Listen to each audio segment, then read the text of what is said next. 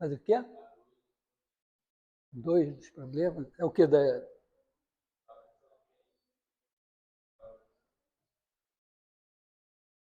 Trinta derivadas em todos os pontos. É elevado a menos 1 sobre... Ah, tá. Isso aqui é uma função que é útil. Né? A gente define uma função f, não sei se f de x igual a e elevado a menos 1 sobre x2, né?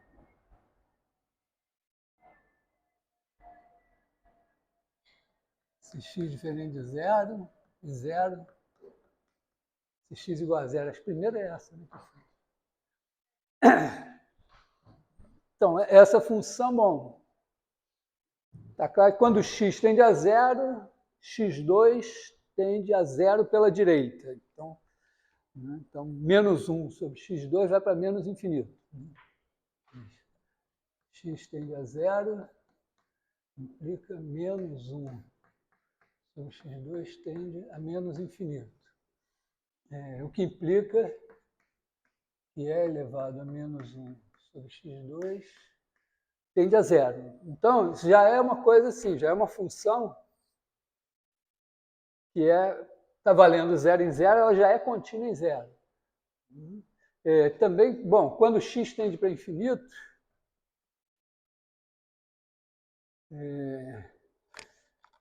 menos 1 sobre x2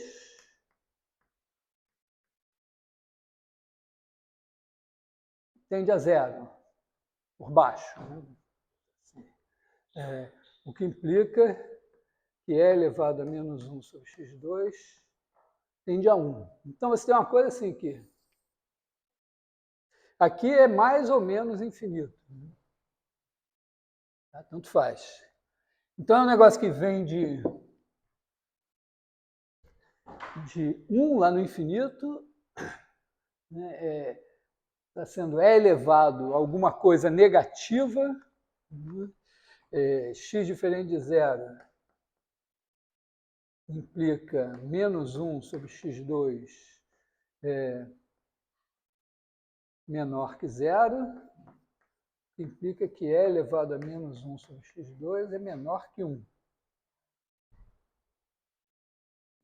Então, a gente vem com uma coisa que está entre 0 e 1, vem de menos infinito assim, morre aqui em 0 e vai lá para o infinito.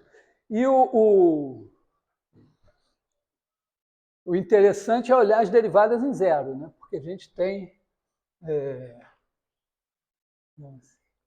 f' de x igual a... Bom, a gente pode fazer a derivada de menos 1 sobre x2. Às vezes é melhor escrever isso aqui como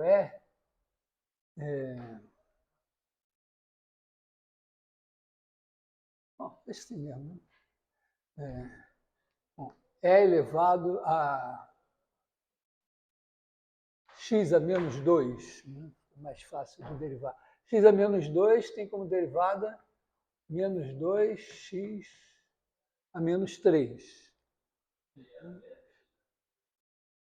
Desculpa, menos x a menos 2. Então, aqui a gente tem um menosinho aqui. Então, tem 2x a menos 3. Né? Derivada positiva para x positivo e derivada negativa para x negativo. Vezes elevado a menos 1 sobre x2. Isso aqui, se x é diferente de zero, porque a gente tem essa regra, calcula e pronto. E ao mesmo tempo você tem f' de zero é igual ao limite, quando x tende a zero, de f de x menos f de zero. Então, é elevado a menos 1 sobre x2 menos zero sobre x. Isso é um limite assim...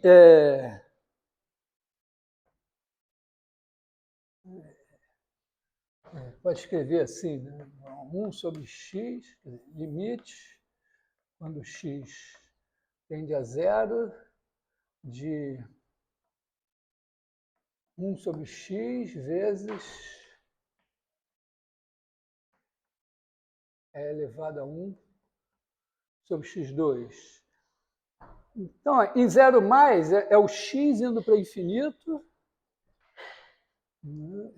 quer dizer, é o 1 sobre x indo para o infinito, dividido por e elevado a 1 sobre x2 vai para o infinito. Tá? Quer dizer, basicamente, é como se fosse o limite y sobre e elevado a y2 com y tendendo para o infinito. Tá? Aqui não importa se é mais infinito ou menos infinito.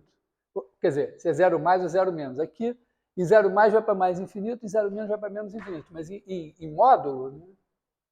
Se você olhar o módulo desse negócio, dá isso daqui. Tá claro? E aí, esse é um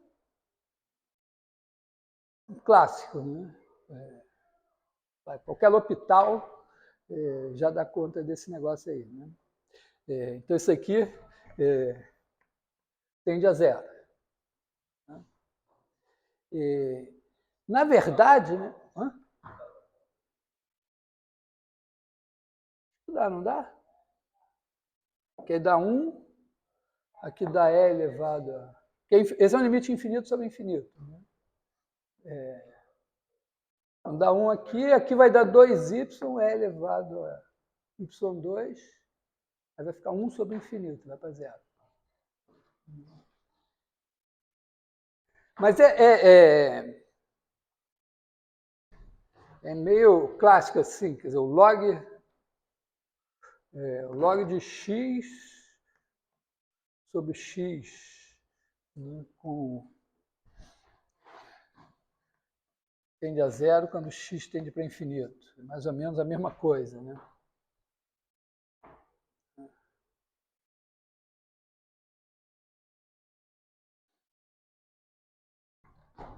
Se fosse x ao quadrado, mais ainda. Então, esse limite é zero. Na verdade, né, é uma... Então, significa que f' de zero é zero. Tem derivada em zero. Agora, talvez uma coisa boa de observar é o seguinte, ó. Qualquer derivada que eu... A próxima derivada, eu vou pegar e fazer isso daqui, menos zero dividido por x. Aí eu vou ter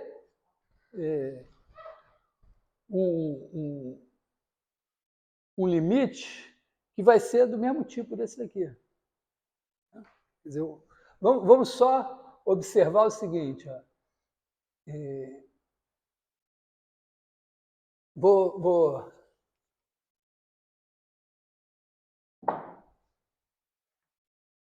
pegar isso aqui, né? E elevado a menos 1 sobre x2, a primeira derivada, a gente acabou de ver, é igual a 2 sobre x ao cubo, né? É elevado a menos 1 sobre x2. Certo? Sim. Isso daqui ó, é um polinômio 1 sobre x vezes e elevado a menos 1 sobre x2. Quando eu derivar de novo, isso aqui é o f' de x. Se eu fizer f duas linhas de x, chama isso aqui de p de 1 sobre x.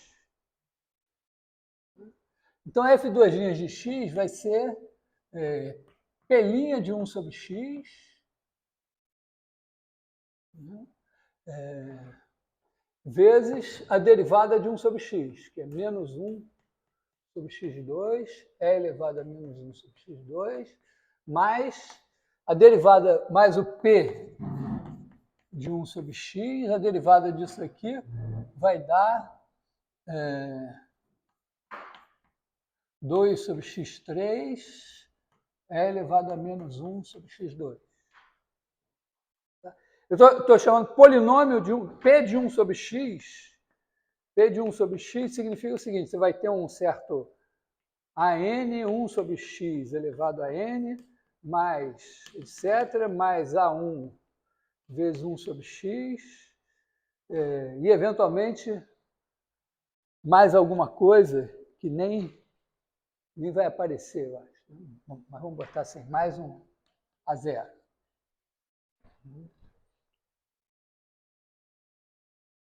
Então, aqui eu estou numa situação, eu esqueci quanto é que era esse negócio aqui, e disse, é só um polinômio e 1 sobre x. Aí a derivada dessa expressão deu a derivada do polinômio, que é um polinômio, e 1 sobre x, vezes a derivada do 1 sobre x, que é menos 1 sobre x2. Isso é um polinômio, 1 sobre x. Tá certo? Quando eu multiplico, é como eu multiplicar um polinômio em x, ou por x à quinta, qualquer coisa. O cara aqui seria por menos 1 sobre x ao quadrado.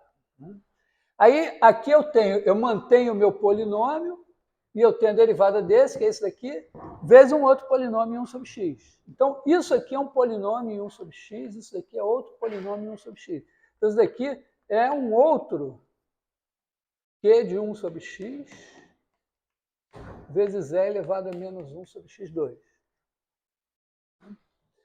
Cada vez que eu for calcular a derivada em zero, eu vou ter que pegar esse cara, subtrair o valor da derivada anterior em zero e dividir por x.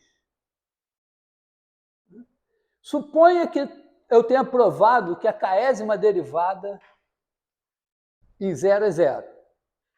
Aí eu vou ter que pegar um polinômio em 1 sobre x, menos zero, para calcular k mais 1 ésima em zero, menos zero, dividir por x.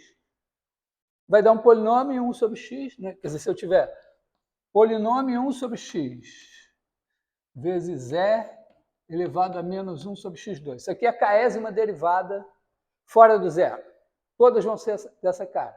Aí supõe que a késima derivada em zero é zero. Divide por x. Então, isso daqui é 1 sobre x vezes o polinômio em 1 sobre x, vezes e elevado a menos 1 sobre x2. Então, vai dar um outro polinômio em 1 sobre x vezes esse cara. Então, basta eu provar que qualquer polinômio em 1 sobre x vezes esse cara vai dar zero, vai para zero. Porque aí eu terei provado que todas as derivadas em zero são zero. Tá? Ou posso fazer usando o resultado da aula passada também, né? Aqui eu tenho uma função contínua em zero e tenho a derivada fora de zero. Essa derivada fora de zero deu esse bicho aqui, que tende a zero, quando x tende a zero. Então a derivada em zero é zero.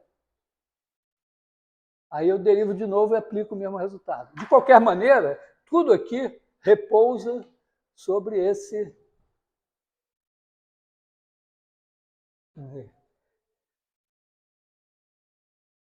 lema, né? P é limite quando x tende a zero de P de 1 sobre x vezes e elevado a menos 1 sobre x2 igual a zero para todo P polinômio. Que é equivalente, né, ao limite quando x tende a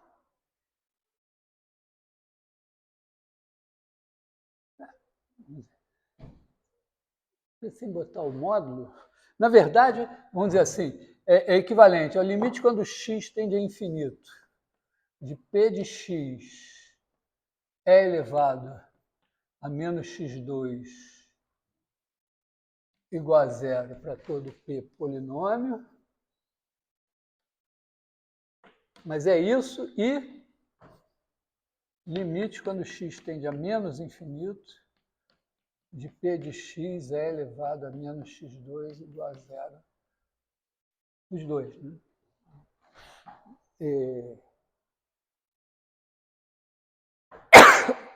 Que, na verdade, também, para provar isso, basta eu provar que x elevado a n vezes isso daqui tende a zero quando n tende para infinito.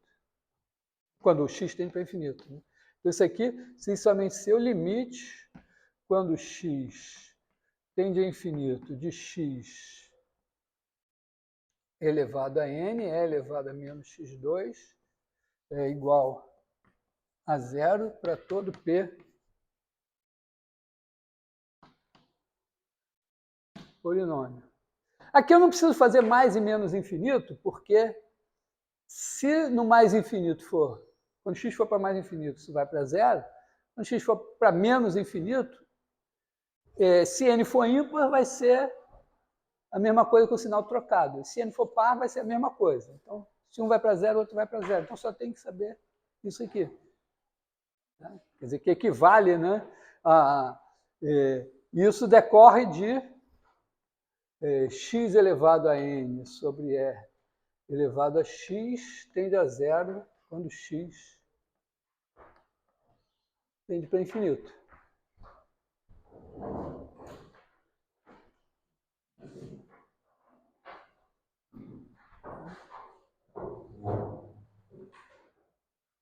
Se isso vale, né? Porque se esse vai para zero, isso aqui vou reescrever assim, né?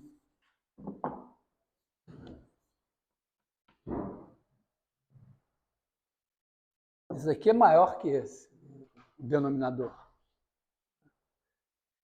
Pelo menos lá no infinito. Então é só isso que a gente tem que saber.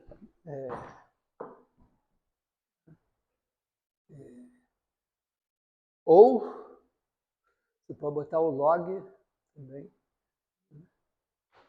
De qualquer maneira, é um limite infinito sobre infinito. E aqui, se você quiser, você, por exemplo, usa L'Hopital N vezes. Né?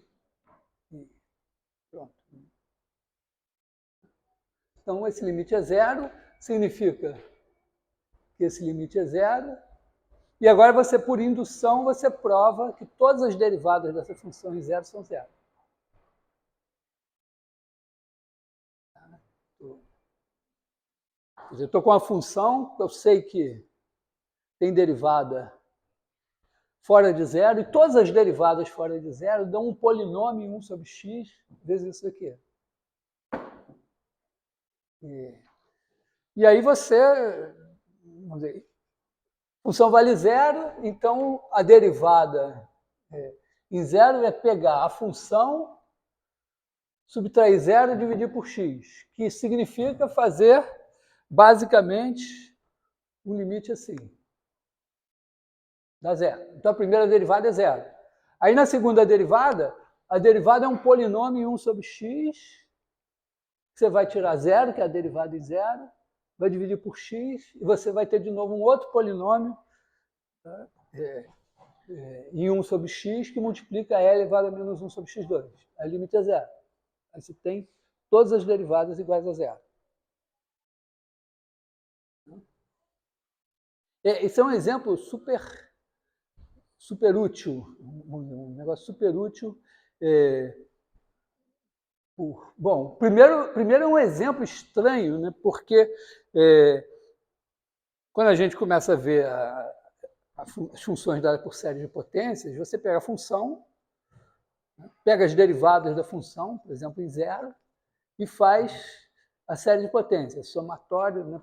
Você faz, sei lá, f de x igual a somatório de n igual a zero a infinito de a enésima derivada de f em zero sobre n fatorial x elevado a n. Ou você pode parar num certo cara aqui e fazer a aproximação pelo polinômio de Taylor.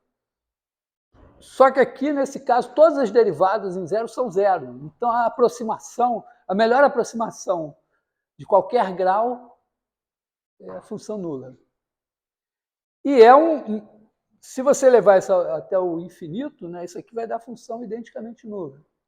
Então, é uma função que tem todas as derivadas, essa daqui, e que o polinômio, vamos dizer, a série de Taylor dela, não converge para ela em nenhum ponto, a não ser no zero. Então, é meio estranho, mas depois, e quando você estuda as funções de variável complexa, você vê que isso não pode acontecer no plano complexo. O que acontece é que essa função é assim, ó. Aqui você pega os números reais, aqui o zero.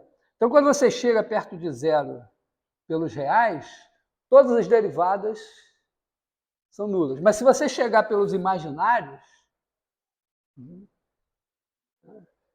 você tem x é um número imaginário, aí x2 é negativo. Menos 1 sobre x2 é positivo. Então, está indo para mais infinito.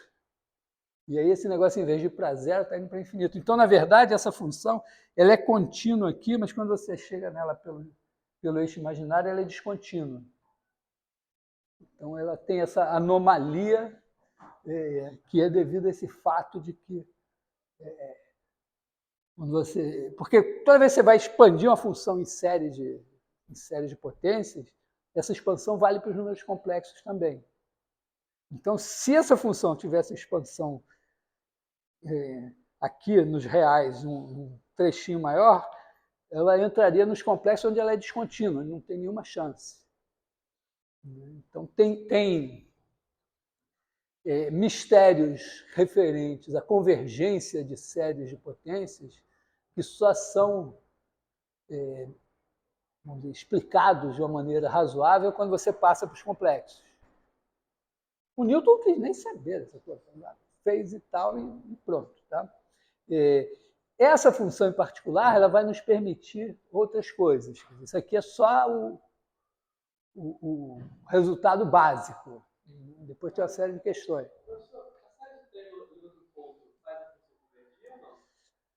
Sim, nesse caso, vamos dizer, fora de zero, ela vai convergir.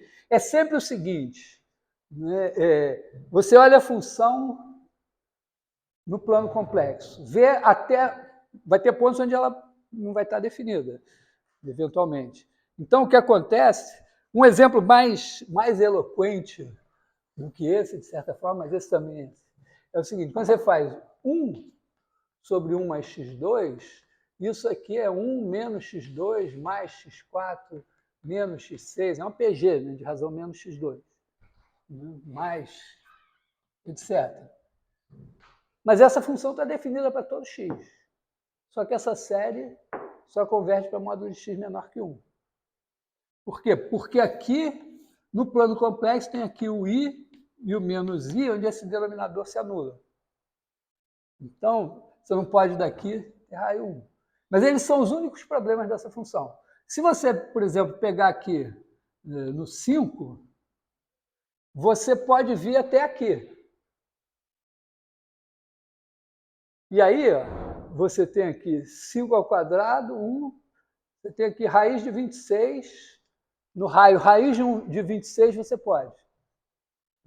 No caso dessa que a gente tem aqui, se você pegar um número qualquer, você tem a singularidade, vai estar bem no zero. Então, você... na verdade, tem que olhar as outras singularidades, porque e elevado a menos 1 sobre x2 pode ter, talvez, outros problemas em outros lugares. Não, né? Não. Em princípio, é isso. Vamos dizer, você tem acidentes no plano complexo que, às vezes, não são visíveis quando você está na reta real. Você olha e não enxerga nada. Tipo isso aqui, qualquer polinômio que tem raízes complexas, você bota ele no denominador, não zero.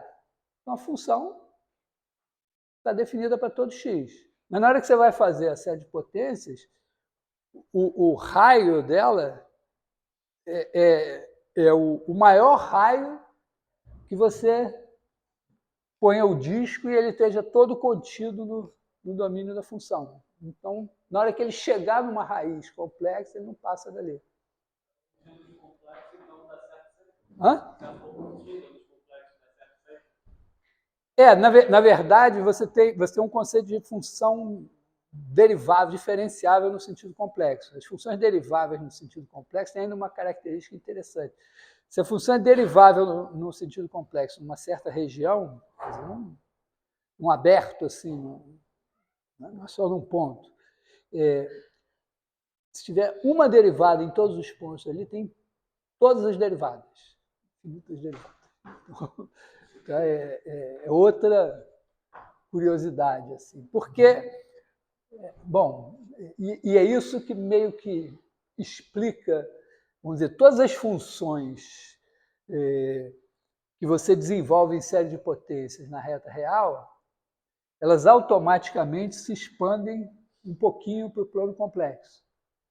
E aí você pode olhar até onde ela pode ir e entender as limitações da sua expansão em série.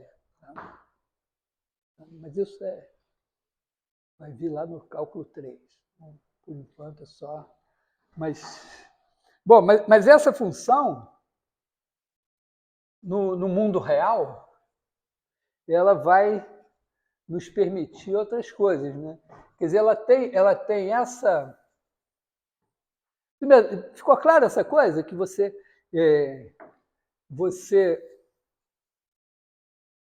tem esse pedaço aqui, né?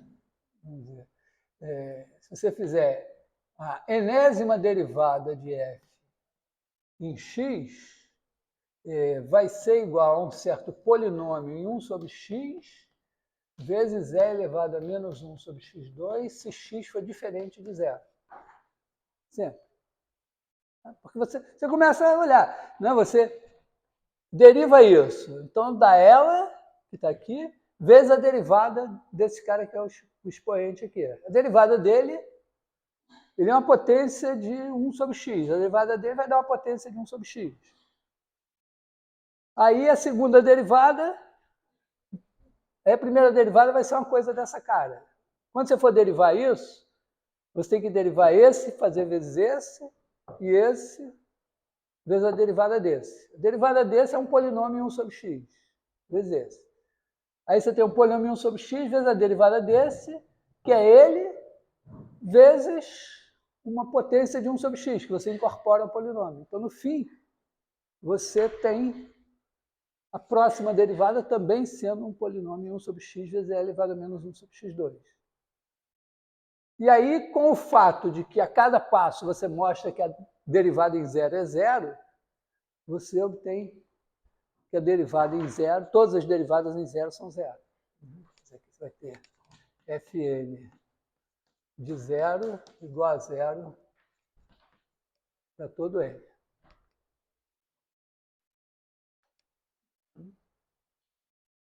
Pode ser obtido também, como eu falei, mas também precisa por indução, porque isso aqui tende a zero quando x tende a zero. Então, a função é contínua. Como a derivada tende a zero quando x tende a zero, a derivada em zero é zero. Aí, de novo, a derivada em zero é contínua. Aí, a segunda derivada existe nos outros pontos, tende a zero quando x tende a zero. Então, a segunda derivada é zero. E assim você vai também. Mas é sempre por indução. Então, agora a gente pode construir, a partir daqui, uma coisa meio curiosa. É uma função que você diz assim, ó, eu vou pegar aqui o intervalo, vamos dizer assim, vou botar o zero aqui para simplificar, mas tá? Você pode dar aqui um delta, menos delta, delta. E aí você consegue construir uma função que vem assim, né? Ela vem zero até aqui, daqui ela vai zero toda a vida, e aí a partir daqui ela faz uma coisa assim, faz um calombo e desce, só que aqui ela emenda perfeitamente, todas as derivadas aqui são zero. Então é uma coisa... Isso daqui serve para fazer uma coisa que chama convolução, aproximação por convolução, mas que hoje a gente poderia chamar de média móvel. Isso aqui você pode usar como uma espécie de densidade de probabilidade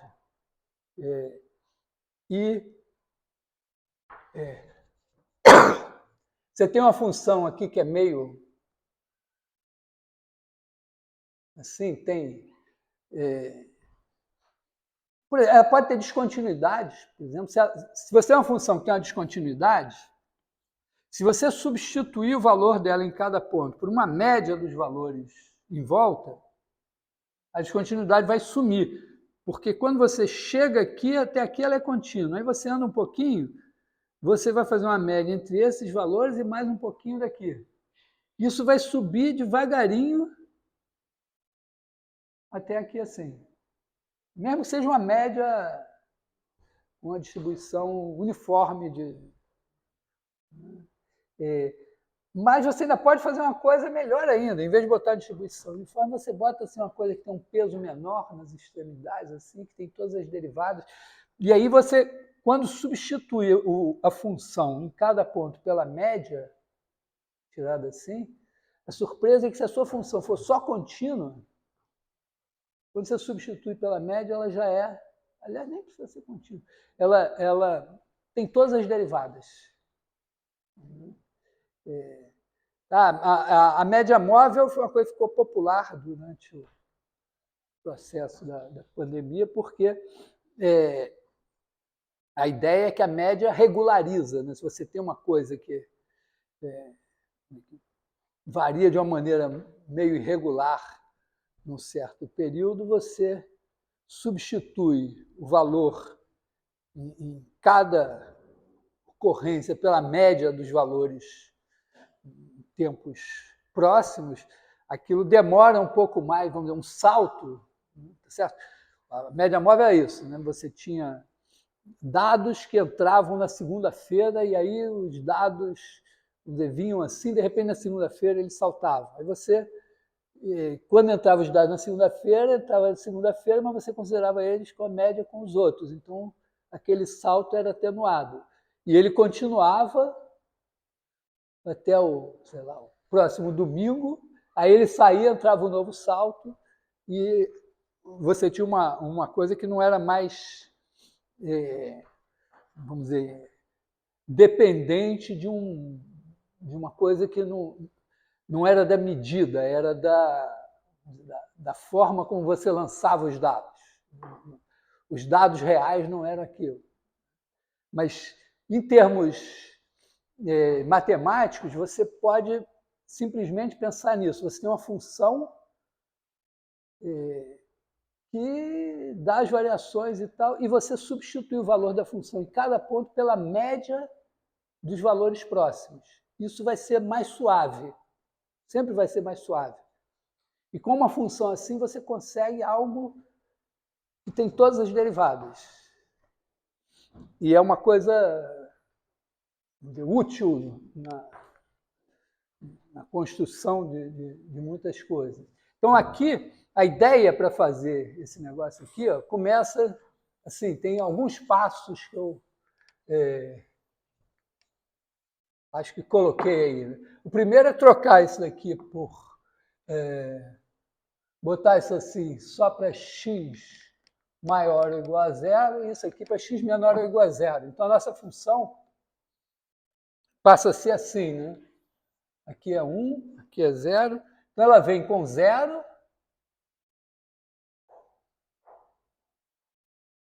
E aí ela vai fazer isso e ela tem todas as derivadas iguais a 0. Essa aqui eu não sei qual o nome que eu dei a ela. Não era mais F. Né? Hã? Psi. Essa é o psi, é a letra dos psicólogos.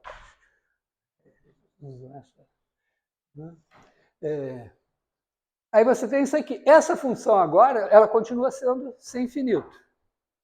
Tá? Porque a derivada em zero continua sendo zero. É a derivada direita. Então, essa função aqui tem psi' de zero igual a zero. Na verdade, psilinha de x igual a zero para todo x menor ou igual a zero. E aí você pode fazer uma coisa extremamente simples, que é fazer o seguinte, ó. Faz uma função assim. Aqui é menos 1, aqui é 1. Bom, essa é fácil de fazer, né? A gente faz x mais 1 vezes 1 menos x. 1 mais x, 1 menos x2, vamos botar assim. Né?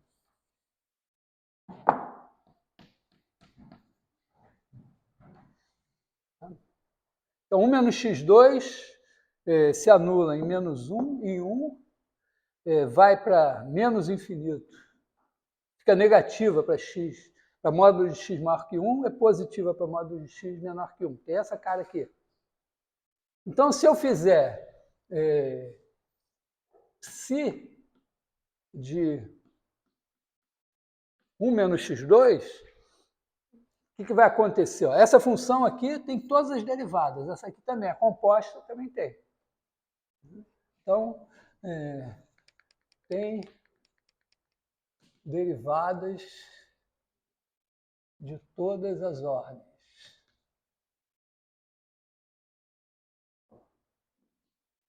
Em todo x. Bom, mas como é a cara dela? Tem aqui 0, menos 1, 1. Para cá ela é negativa, essa aqui. Então, quando eu aplico essa, vai dar 0. Então, vem aqui com 0. Sai aqui com 0. Nesse trecho, isso é positivo. Então, aqui é maior que 0. Então, vai fazer alguma coisa assim. Eu não preciso nem calcular. A derivada disso aqui é 0. Todas as derivadas aqui são 0. Porque a derivada à esquerda é sempre 0. Todas as derivadas à esquerda nesse ponto são 0. Todas as derivadas à direita nesse são 0. Então, todas... Mas ela tem derivada à direita e à esquerda também. Então, todas as derivadas aqui são 0, 0. Então, você tem uma coisa que é assim. Claro, tem uma simetria que ficou ruim aqui no meu desenho. Né? Mas essa é a nossa função. Acho que eu chamei de φ, né? Φ, essa daqui? Φ de... Essa aqui é a φ. G. Aí as outras que eu chamei de φ, N. Ah, não, porque eu fiz a φ por um requinte, assim, para fazer uma média. Se você vai fazer uma média, você quer que você tenha uma... Isso aqui é como uma espécie de peso, né? Quando você vai fazer uma média, você está usando um peso. É preciso que o seu peso, a soma dos pesos, seja 1. Quando você está fazendo, usando pesos como uma integral, quer dizer, você vai fazer, né? Eu vou pegar uma função f e eu vou transformar numa certa fn. A fn vai ser igual à integral de menos infinito a mais infinito de f de x vezes um peso, que eu vou chamar de φn de x, dx. Para que isso seja uma média mesmo, é preciso que a integral de menos infinito a infinito de φn de x dx seja 1.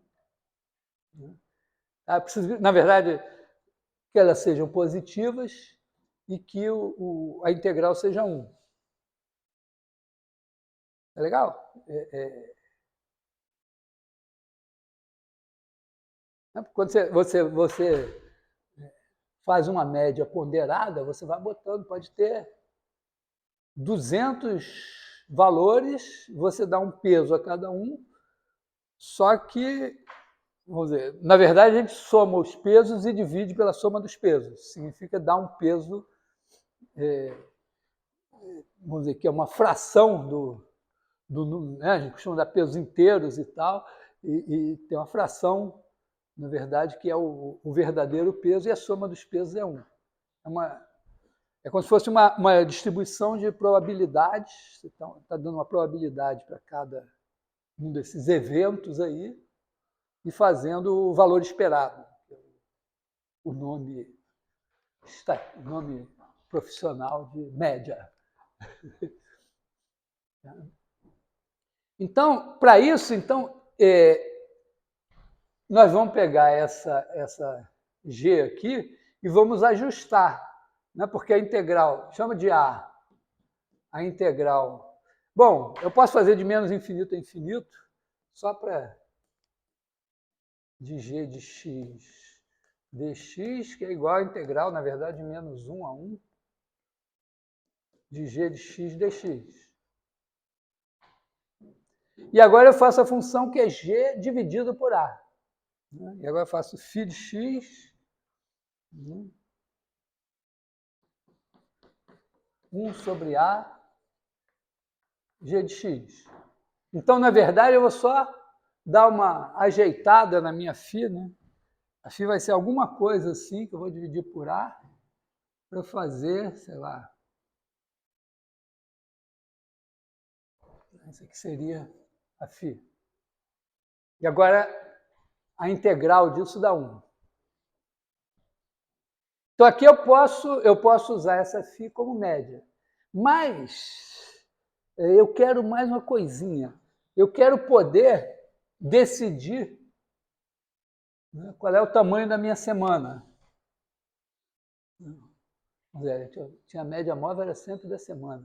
Mas você pode, tá certo? Você tem uma situação em que você pode querer fazer uma média móvel com menos 1 a 1, com menos 10 a 10, ou com menos 0,1 a 0,1. Qual é a diferença?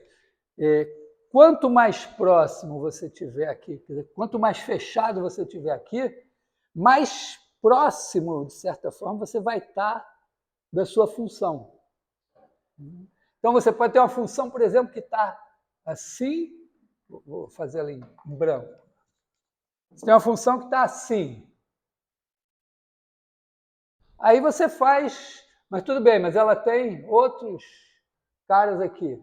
Aí você faz uma média dela usando todos esses valores, você vai ter alguma média assim. Mas se você fizer uma média usando valores bem próximos, né? Quer dizer, você pega cada ponto aqui, você tira a média assim, está um negócio mais próximo. O que vai acontecer? Bom, nesse caso é ótimo, porque a média sempre vai dar o próprio valor. Você vai chegar em algo que vai ser assim, vai vindo assim, e aqui só que vai dar uma arredondada. Então, você vai estar muito próximo da sua função original, mas terá limado o ponto onde a derivada não existe. É mais ou menos intuitivo, né? Quer dizer, quando você tira a média, você lima as diferenças. Talvez não seja tão claro que você pode limar a ponto de eliminar a inexistência da derivada, mas está claro que se você pegar uma média um pedacinho bem curto, você se afasta menos da sua função original do que se você pegar, tá certo? Vamos dizer, no limite, se você pegar de menos infinito a mais infinito, você vai ter o mesmo valor em todos os pontos, vai ser uma função constante. Todo mundo vai fazer a média, vamos dizer, supondo assim uma coisa pudesse ser achatada. Então, para fazer isso, o que a gente vai fazer? A gente vai fechar aqui. Para fechar aqui,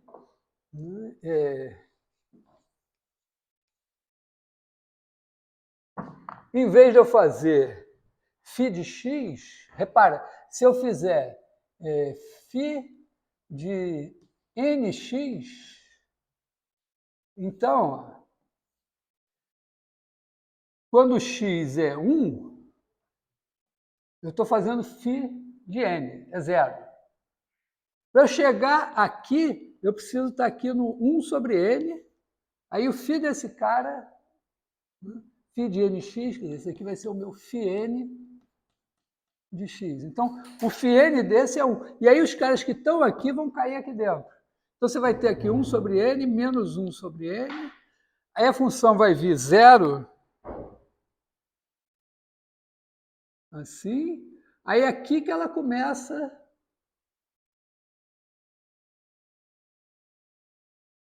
a subir e vai descer. Então, agora você consegue alguma coisa que vai levar em conta só os pontos que estão pertinho de 0. Só que agora essa não tem mais integral igual a 1, né? Porque dividiu por n aqui.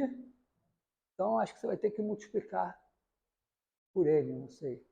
Pode ver, né? Quer dizer, a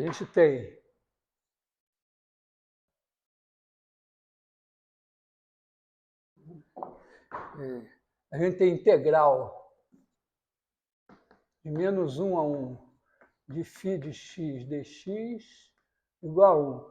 A gente quer que a integral de menos 1 sobre n a 1 sobre n de φ de nx dx. Vamos ver o que vai dar. A gente faz a substituição, chama esse cara daqui de y. Né? Então, faz y igual a nx, dy igual a n dx. Então, isso aqui vai ser a integral de φ de y dy sobre n. Quando o x está em menos 1 sobre n, o y está em menos 1. Quando chega em 1 sobre n, está em 1. Então, isso daqui vai ser 1 sobre n, integral de menos 1 a 1 de φ de y dy, que é igual a 1 sobre n. Então, essa φn que eu criei, ela está boa aqui, mas a integral dela ficou 1 sobre n. É só multiplicar por n, ela vai ter a integral certa, né? Então, aqui,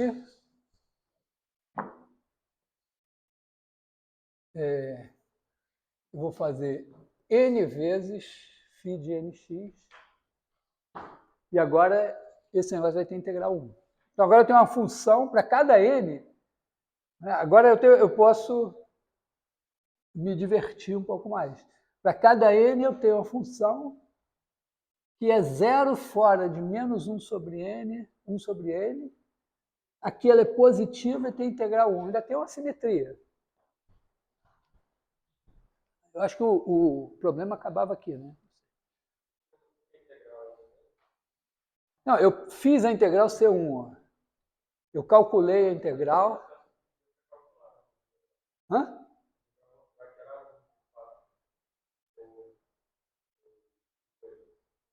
Não, mas tudo bem, você tem uma função cuja integral é A.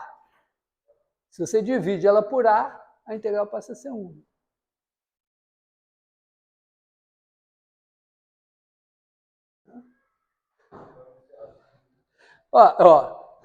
Tá certo? Aqui, por exemplo, essa função φ de nx, a integral é 1 sobre n. Então, se eu fizer n vezes φ de nx, a integral vai ser n vezes 1 sobre n, vai ser 1. Sim, a g. Aí você diz, seja A aquela integral. Né? Então, você tem integral de menos 1 a 1 de g de x, dx, igual a A. Então, se você fizer φ de x igual a 1 sobre A, g de x, então a integral de φ de x vai ser 1 sobre A vezes a integral de g de x, que é 1 sobre A vezes A, é 1. Eu não escrevi. Mandei você escrever para... Mas assim, para você se dar conta de que era fácil. Não sei se...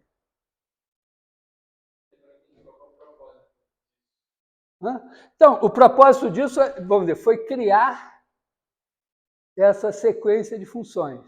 Agora, o propósito disso foi o seguinte, é que daqui a um tempo a gente vai começar a fazer aproximações de funções, e eu vou querer usar isso. Aí, como você já fez na prova, mas eu vou adiantar, assim, explicar como é que eu vou usar isso. Eu tenho essas funções assim, então. Eu tenho essa sequência, a partir daqui, eu tenho uma sequência de funções φn de R em R, com as seguintes propriedades.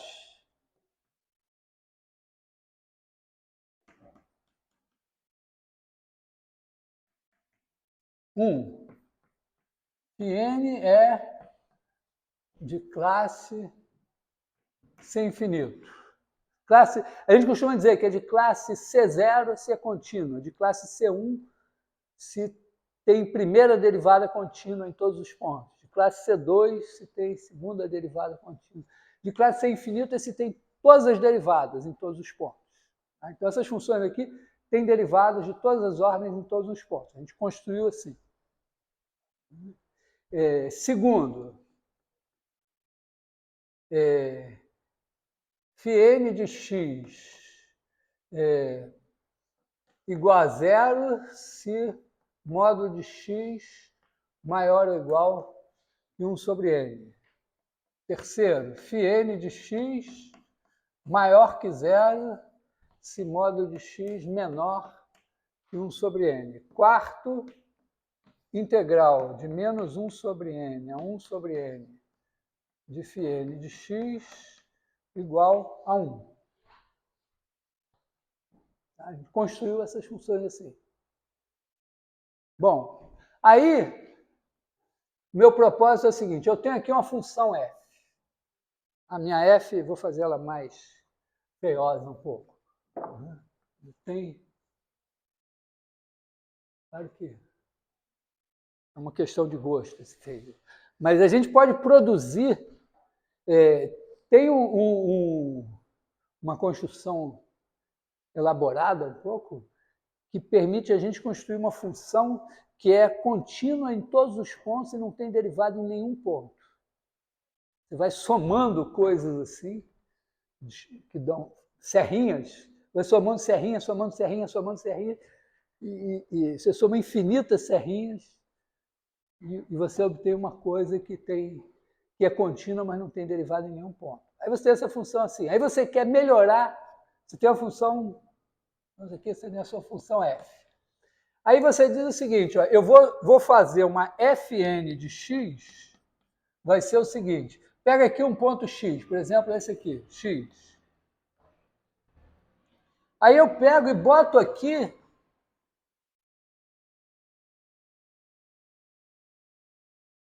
um tipo φn, uma função tipo φn. Que função vai ser essa? Vai ser essa φn aqui. Aqui, vamos dizer, aqui é x mais 1 sobre n, aqui é x menos 1 sobre n. Aí eu vou pegar a função que vale 0 até aqui, faz assim, tem todas essas propriedades aqui, só que aqui vai ser, não para x maior ou igual que 1 sobre n, mas para os caras cuja distância x é maior ou igual que 1 sobre n. Tá? Mesma coisa, tudo adaptado para essa situação. Como é que eu faço isso? Bom, uma maneira de fazer isso, usando que a φ é simétrica, né? Essa φ ainda tem essa propriedade aqui, vou botar aqui, ela é acessória, mas φn de menos x é igual a φn de x. Para todo x ela tem essa. Então aqui eu vou fazer o seguinte, ó. Eu vou pensar esse x como fixo, eu vou pensar aqui os pontos y aqui. Esse x está aqui, é esse cara. Então eu vou definir φn. Eu vou pegar φn, não de y, mas φn de y menos x. Porque aí, quando o y for x, eu estou no zero aqui. E quando o y estiver pertinho de x, eu estou pertinho do zero lá na φn. Então ela vai ter essa cara aqui. Tá? Essa daqui é a minha φn.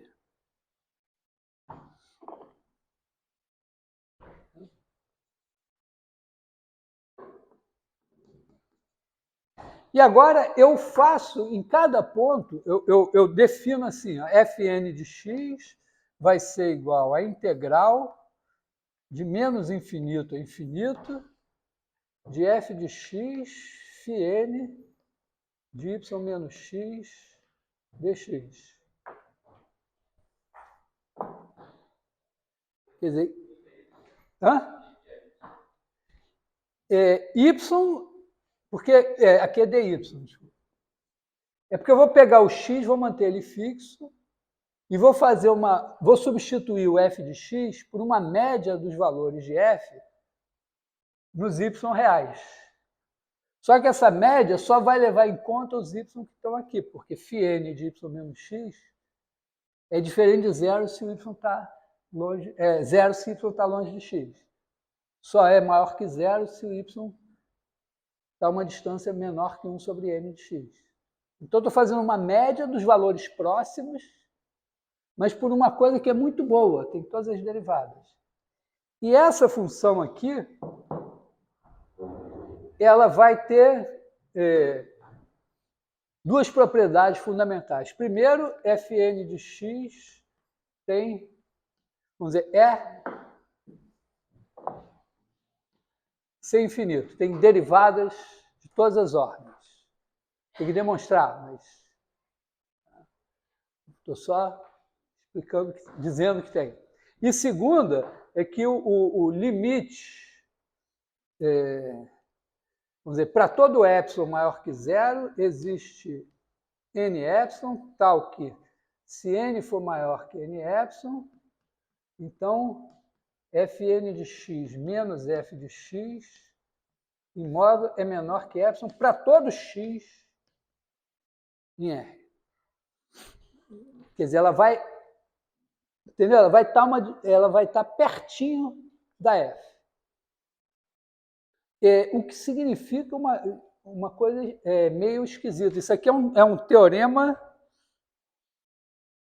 meio surpreendente, porque você pega uma função contínua,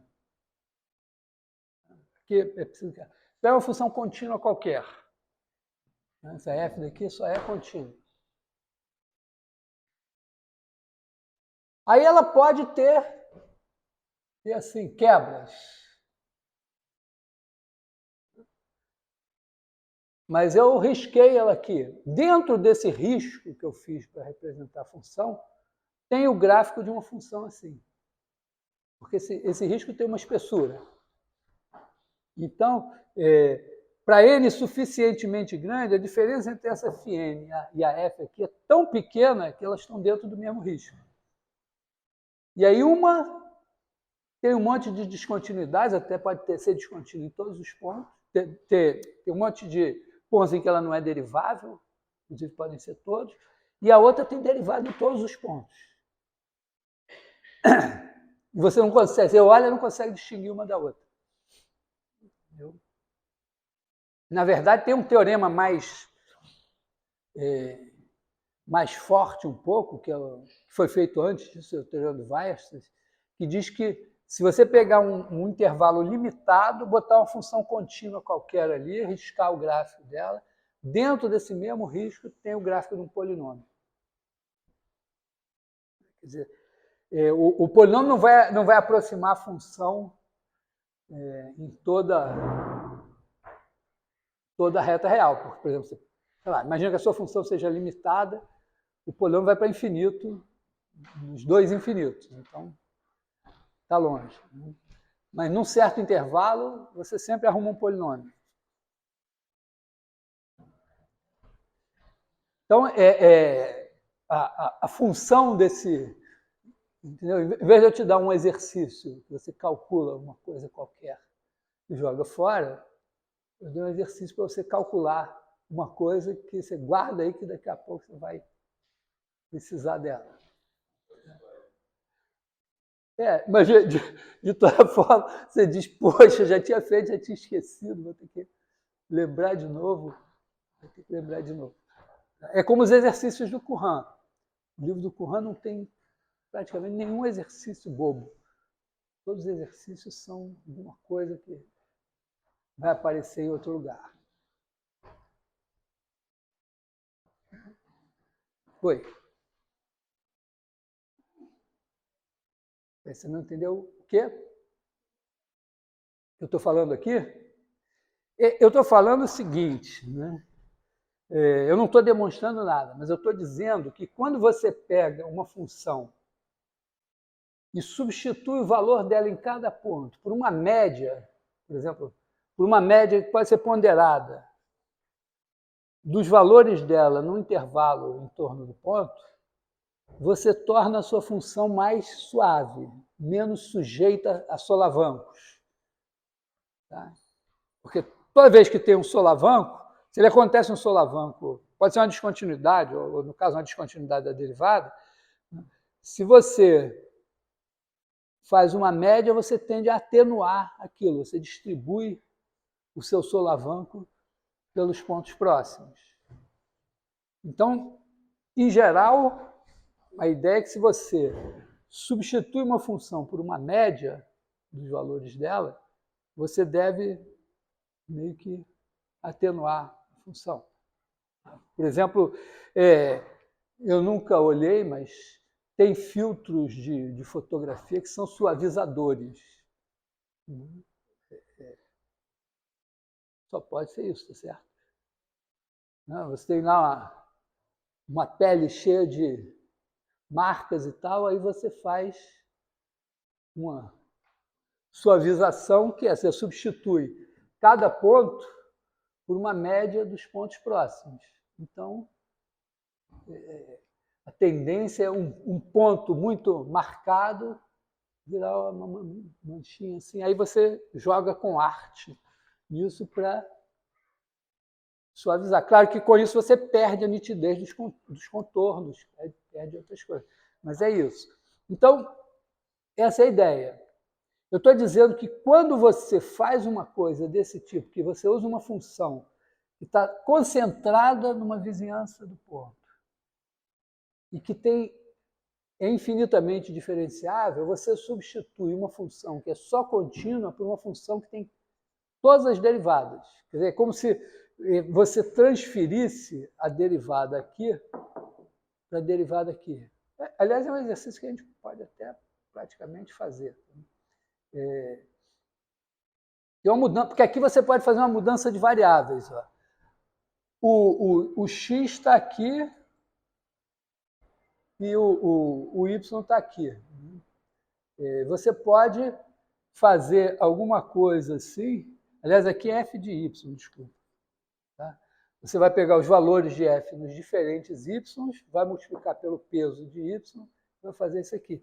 Se você trocar, se você chamar isso aqui de z, né, y menos x igual a z, então y igual a z mais x. Então você fica com o... aliás...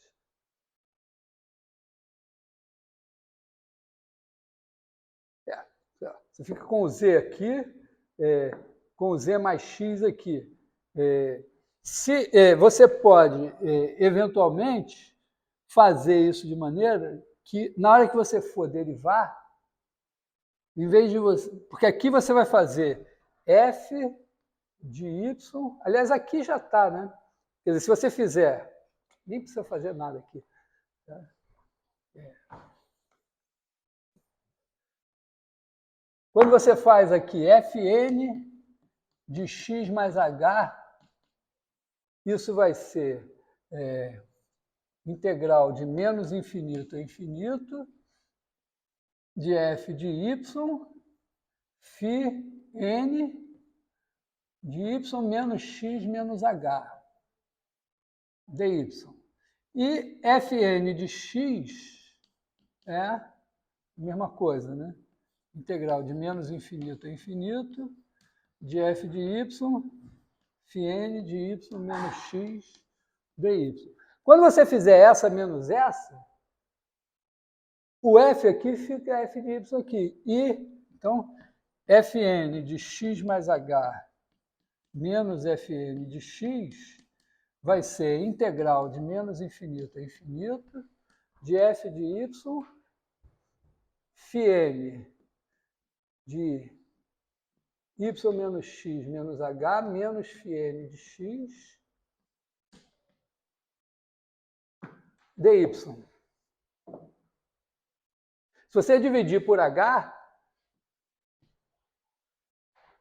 e aí, ó, quem tem que se virar aqui com o h no denominador não é a f, é a φ.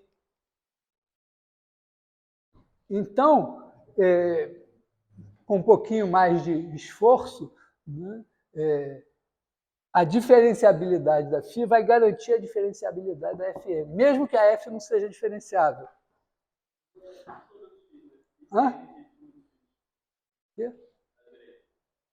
Fn de y menos x. Né? Então, isso que vai garantir que essa fn tem todas as derivadas. Mas como é que, vamos dizer, teve um passo aqui que eu pulei. Como é que eu trago essa φn para cá? Né? Ela vivia, né? A φn estava aqui, né? Está aqui o zero. A φn estava aqui assim, né? Aí eu trouxe para cá como? Em vez de fazer φn de y, eu fiz φn de y menos x. Porque eu vou fazer uma integral em y. Né? Vou pegar os valores de f e y vezes os valores da função amarela em y. Se a função amarela fosse essa rosa, eu ia fazer a média, né? Quando eu multiplicasse esses caras aqui perto de x, tudo ia dar zero. Ia substituir por zero. Mas e eu ia estar fazendo a média aqui perto de zero. Mas se eu trouxer a φn para cá, fazendo φn de y menos x, é só isso. Né? Quer dizer, quando y... esse cara aqui só vê caras pequenos. Para o cara aqui ser pequeno, é preciso que o y esteja próximo de x. O papel do zero aqui é desempenhado pelo x. Tá? Eu andei... Aliás, isso é uma coisa básica, né? Como é que você anda com uma função? Eu fiz algumas coisas aqui que são mudanças de escala, de coisas assim, né?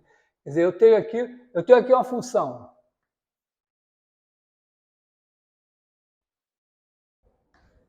F.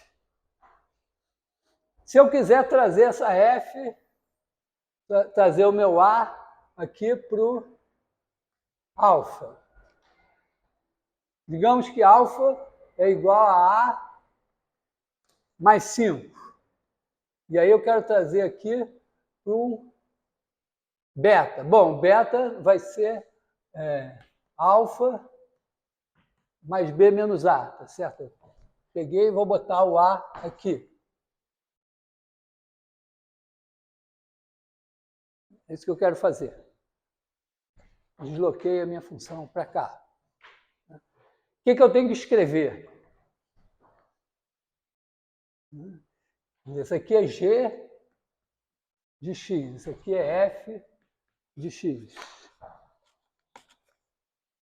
Como é que eu calculo? Eu boto o X aqui, quem é esse cara aqui? É esse, né? Está muito no tamanho certo, mas... Então, esse cara aqui tem uma certa distância alfa, essa distância tem que ser a mesma aqui, né?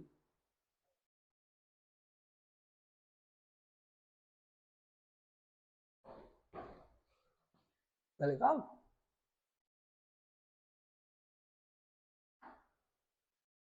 Exercício, vamos ver. Chama esse cara aqui de H. Então, x é igual a alfa mais h. Quem é esse y aqui? Ele é A mais quem?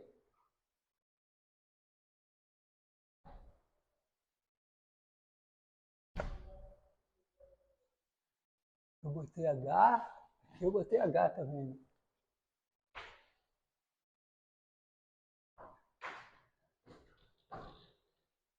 Cara, eu sou muito bom, hein, cara? Como eu consegui fazer vocês não saberem fazer isso em tão pouco tempo? Hã? Não, eu quero o seguinte, eu sei que nesse y aqui tem uma certa altura. Eu quero transferir essa altura para cá. Claro, está errado porque eu levantei um pouco a função. Então eu quero esse x aqui, que vai ser o alfa mais um certo h, eu tenho que fazer o f de algum y daqui. Eu acho que tem que ser o a mais h, né? Certo? Então, y igual a a mais h. Bom, o alfa é igual a mais 5, então o a é igual a alfa menos 5 mais h. Na verdade, né, esse daqui é o meu... Então, esse daqui é igual a x menos 5. Né? Eu subtraio 5, eu trago o alfa para a.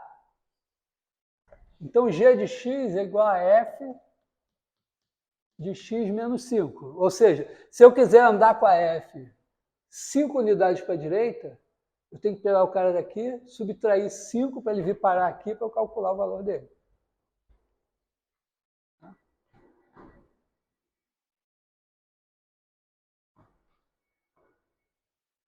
Posso aumentar. Outra coisa que eu posso fazer, que eu fiz também, foi mudar a escala aqui. A mudança de escala, eu posso escolher um centro, né? Eu posso escolher um ponto qualquer, mas... certo? Então eu tenho esse intervalo AB aqui.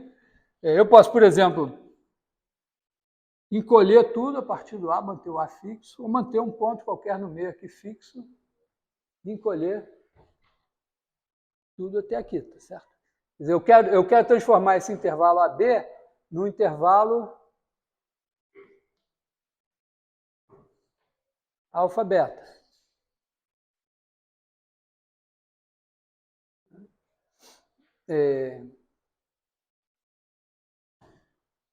Bom, depende de onde está o alfa-beta. Mas talvez o mais simples, né? Se eu vou manter a proporcionalidade, seria o seguinte, eu dizer, bom, primeira coisa, depois eu vejo onde está o alfa, né, e o beta. Vamos fazer assim, né? O alfa vai corresponder ao A, o B vai bater com o beta. Então, eu acho que primeira coisa, eu tenho que encolher isso. Por exemplo, eu posso encolher aqui a partir do A. Então, aqui eu posso fazer assim A, e aqui eu posso fazer, digamos que esse alfa beta aqui é um certo L. Né? L igual a beta menos alfa. Então, A mais L. Então, agora eu vou manter o A fixo e vou trazer o B para A mais L. Bom, eu posso dividir, eu acho que eu vou fazer assim, né? O A, eu tenho pontos que são da forma A mais X. Vou chamar de A mais T. Tá? Com o T varia de 0 a B menos A. Tá? Quando eu somo 0, eu estou em A. Quando eu somo B menos A, eu estou em B. Agora eu vou pegar esses caras e vou transformar. O zero vai ficar em zero e o B menos A vai virar L. Então, eu vou fazer... eu vou ter que fazer um K vezes T. K vezes T vai levar 0 em 0 e o B menos A em B menos A em K. Só que eu quero o quê? Que esse tamanho aqui vire L. O tamanho do meu intervalo aqui é B menos A. Ele começa em A e tem tamanho B menos A. Então, eu agora vou fazer o quê? B menos A vezes K igual a L. Então, K é igual a L sobre B menos A. Na verdade, é o beta menos alfa sobre B menos A. É a razão entre os dois tamanhos.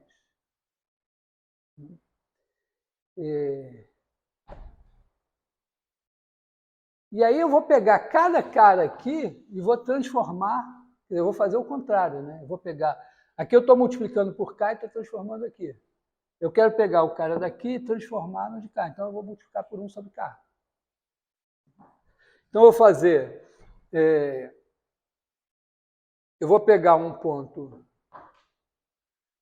x é igual a mais h, h pertencente a 0,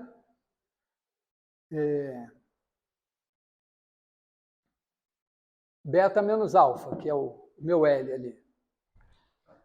Agora eu vou pegar esse cara e vou transformar em A mais H sobre esse K. É igual a A mais B menos A sobre beta menos alfa H. Agora, o que acontece? Quando H é 0, eu estou em A. Quando H está em beta menos alfa, eu estou em B.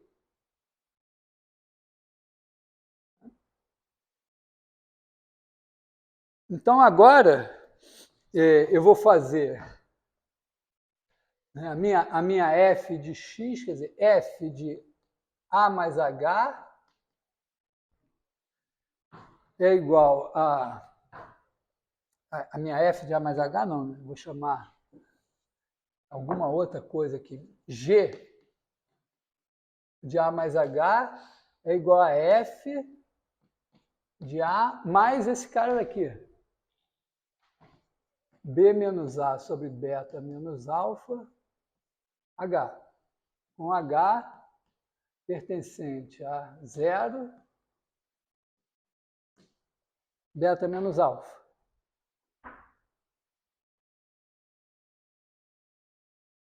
Bom, o meu Y era A mais H, né?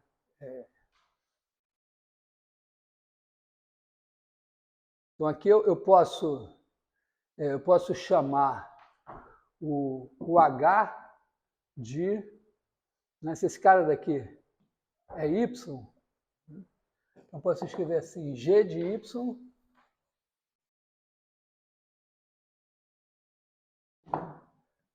G de Y é igual a F de A mais B menos A sobre beta menos alfa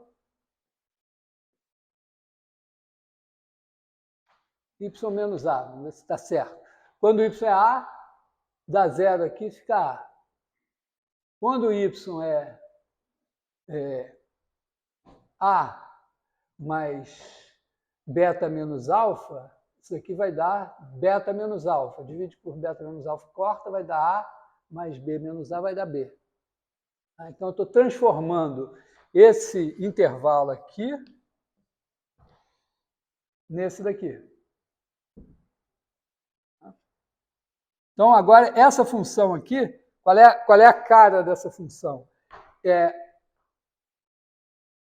Essa função que estava aqui, só que agora ela encolheu e fez aqui nesse espaço o que essa faz. Não está muito certinho, né? Ela tem que ser um pouco mais uniforme, mas tá certo?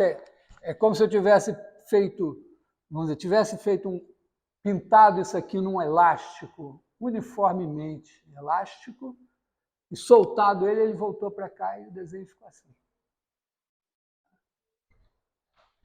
E agora eu posso levar isso para o alfa, né? Eu sei que para andar de A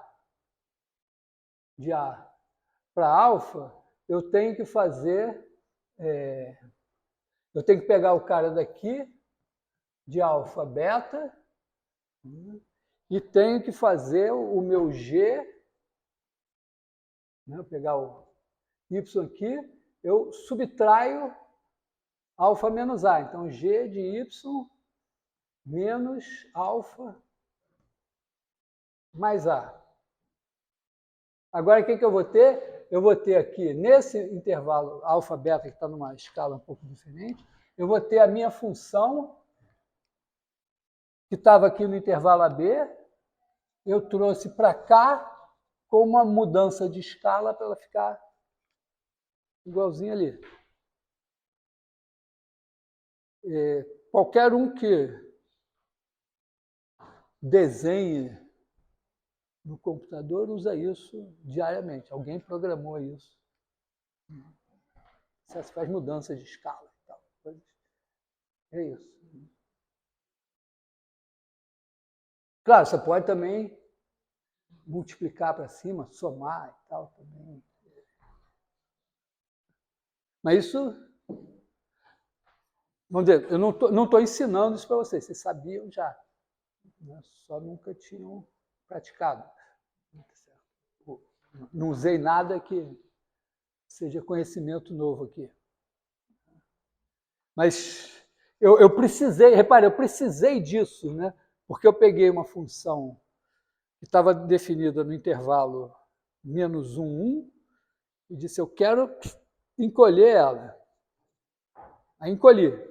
Claro que quando eu encolho isso, essa área daqui não é igual a essa.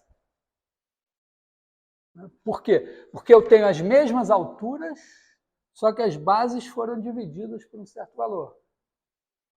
Então, se eu quiser uma função assim, que tem essa mesma área, eu vou ter que levantar ela aqui para dar a mesma área. Então, foi o que eu fiz. Eu peguei as minhas φs, peguei a minha φ, fiz assim, aí ela ficou, ela era assim, e ficou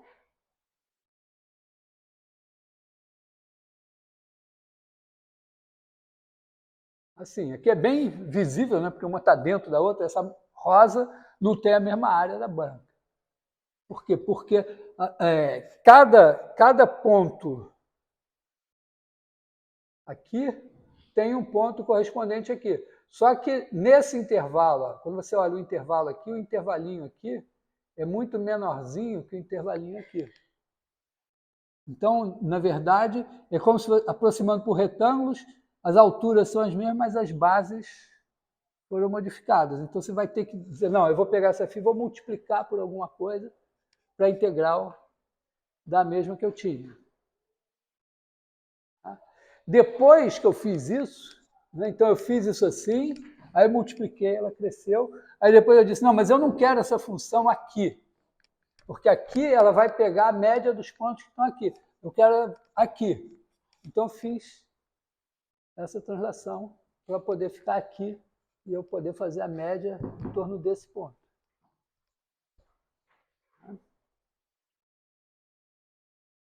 Então, repara, teve uma parte de cálculo das derivadas de todas as ordens e depois teve uma burocracia aí que...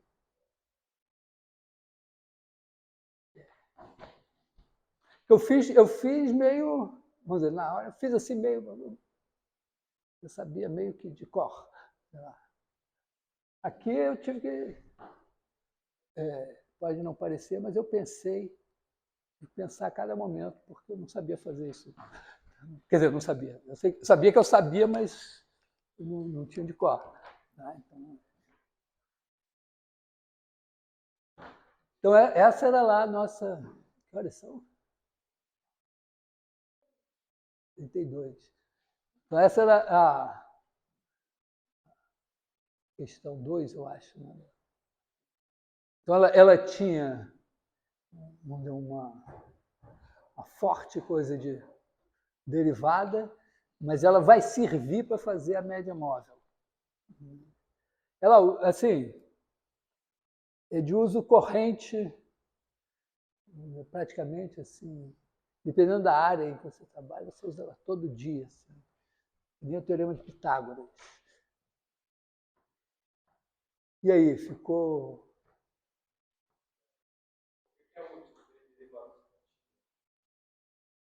E, na verdade, é o seguinte, vamos dizer, uma das razões é que tem coisas que valem. Você olha e diz, não, isso tem que ser verdade para as funções contínuas. Mas você não consegue uma boa demonstração simples, só para funções contínuas. Mas usando derivada integral, você, às vezes, tem uma maneira simples de fazer aquilo.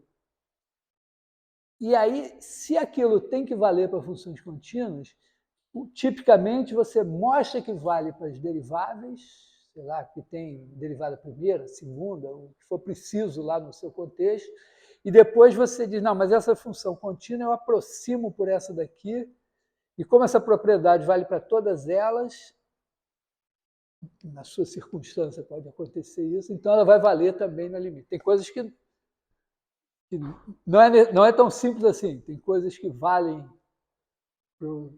das funções que aproximam e não valem para a função limite, mas muitas vezes vale. Então é uma ferramenta super usada.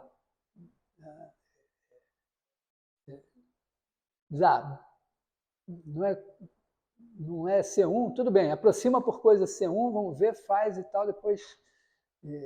Por exemplos disso, por exemplo, tem um teorema que é chamado teorema do ponto fixo de Brouwer. É um teorema que é a generalização do teorema do valor intermediário. O teorema do valor intermediário diz o seguinte, né? Se você pegar aqui o intervalo, fizer uma função do intervalo nele mesmo, sempre tem um ponto, na verdade não é aqui. Aqui, ó, f de x igual a x e aqui a sua função. Sempre tem um ponto, essa é g de x, e essa aqui é f de x igual a x. Sempre tem um ponto que g de x é igual a x. Tá? Então, f de AB em AB contínua. Existe x tal que f de x igual a x. Isso é um... Né, você faz aqui a função. Demonstração. Já caiu em teste nosso. Né? Faça g de x igual a f de x, ou x menos f de x.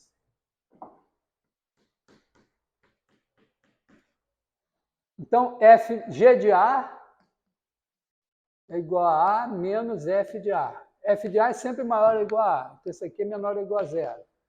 G de B é igual a B menos f de B. F de B é sempre menor ou igual que B, então isso aqui é maior ou igual a zero. Então, você tem uma função contínua, porque a diferença de duas funções contínuas é menor ou igual a zero em A, maior ou igual a zero em B. Entre A e B tem um ponto onde ela se anula. Portanto, tem um ponto que f de x igual a x. Mas esse teorema se generaliza da seguinte maneira. Pega, pode ser um disco, mas pode ser uma bola em Rn. Então, aí chama isso aqui de D. Aí f de D em D contínua também existe um ponto P aqui, tal que f de P igual a P.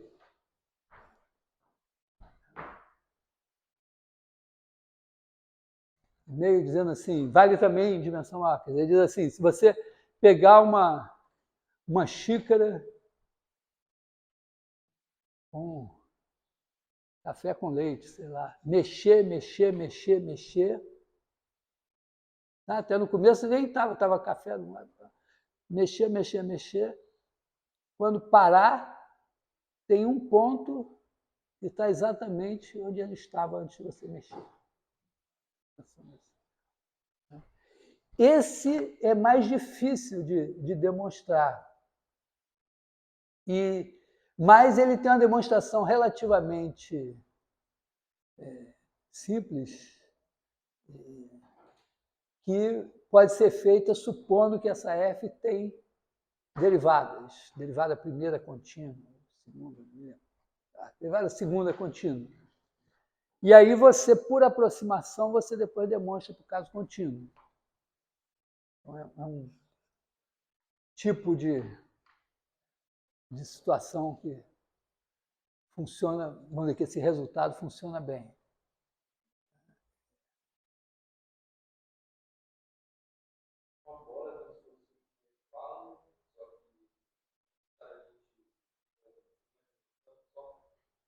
Uma bola mesmo. É uma bola cheia. Uma bola de futebol cheia. Pensa assim, a bola, contendo os pontos do bordo. Aí você faz uma função dela nela mesma, contínua, sempre tem um ponto fixo. É um teorema que tem um pouco mais de 100 anos.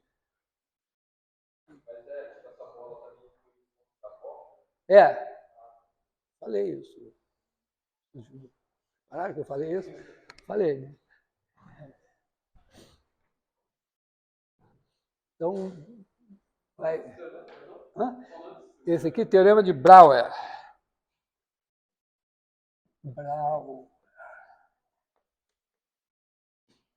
Brouwer era holandês.